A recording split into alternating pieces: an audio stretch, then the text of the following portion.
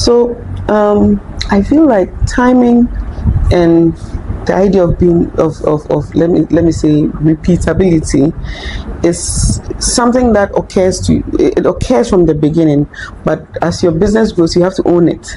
And so I'll explain that, right? Let me give you an example. So maybe we have campus teams.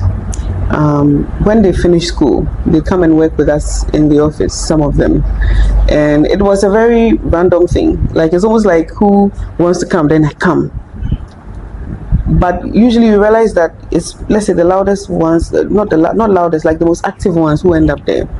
But when you are growing as a business and you realize that, okay, now you're 100 people, you have 200 people and stuff like that, you realize that if you don't put a system to be able to attract the students to come in, as in the team, because maybe we have 5,000 team members, right? How are you choosing your 10 who will come into the office?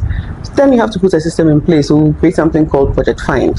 So what we have done is that we've created several systems that look at the, let me say, timing, the things that occurred by timing, and turn them into systems. So there's a Project Find. We have now something we call Eco Academy, which is all the things, it's like maybe we are able to move very quickly into new things, and that's probably because maybe I am a certain way, or the leadership team a certain way. They're able to learn very fast, but I can't rely on the fact that everybody must learn fast.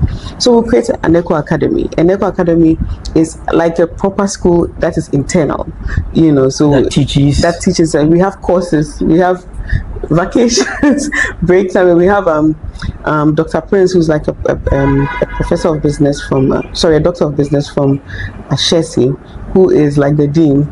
So it's a proper, like we're just about to kick off a new semester. And so, for example, because we are getting into African expansion, we know French is important. So French is now like a core subject in the academy. So it's like, how do you turn the things that happen by accident into systems that can be repeated?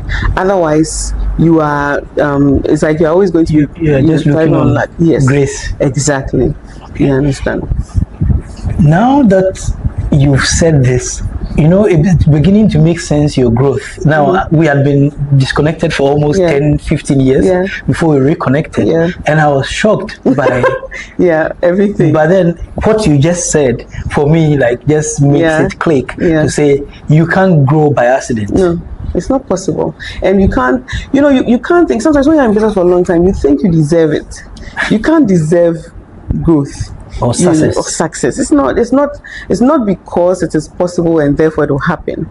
And so I think I've moved beyond this idea of you will continue to grow to how do we manufacture this growth. So if, for example, maybe I say that we started to get work in French West Africa, I need to sit down and build a system around that. And I need people to have been learning French for the past, maybe a year or so that I can say, you have done 6 years with Eco House and we have trained you in leadership and you're ready to go.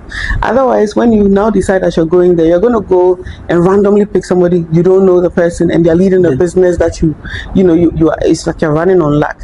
So I am in this space of trying to turn all luck conversations into systems and processes.